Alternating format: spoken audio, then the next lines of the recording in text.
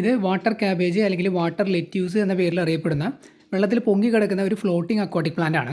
ഇത് ഈ അടുത്ത് നമ്മൾ അക്വേറിയം ഷോപ്പ് വിസിറ്റ് ചെയ്ത സമയത്ത് പെട്ടെന്ന് കണ്ടപ്പോൾ നമ്മൾ വാങ്ങിയതാണ്. ഈ ചെടി കുറേ നാൾ മുമ്പ് നമ്മൾ വളർത്തിയിട്ടുണ്ടായിരുന്നു.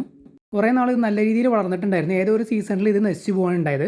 നമ്മൾ ആ സമയത്ത് ടബ്ബുകളിലാണ് വളർത്തിയിട്ടുണ്ടായിരുന്നത്. ഏത് സീസണിലാണ് നമ്മൾ കൃത്യമായിട്ട് ഓർക്കുന്നില്ല. കുറേ കാലം ഇത് നല്ല രീതിയിൽ ഉണ്ടായിരുന്നു. പിന്നീട് ഇത് വെള്ളത്തിൽ ആൽഗയൊക്കെ ഫോം ചെയ്ത് വന്നപ്പോൾ കേടായി പോകാനുണ്ടായിരുന്നത്. പിന്നെ നമ്മൾ വാങ്ങിയിട്ടുണ്ടായിരുന്നില്ല.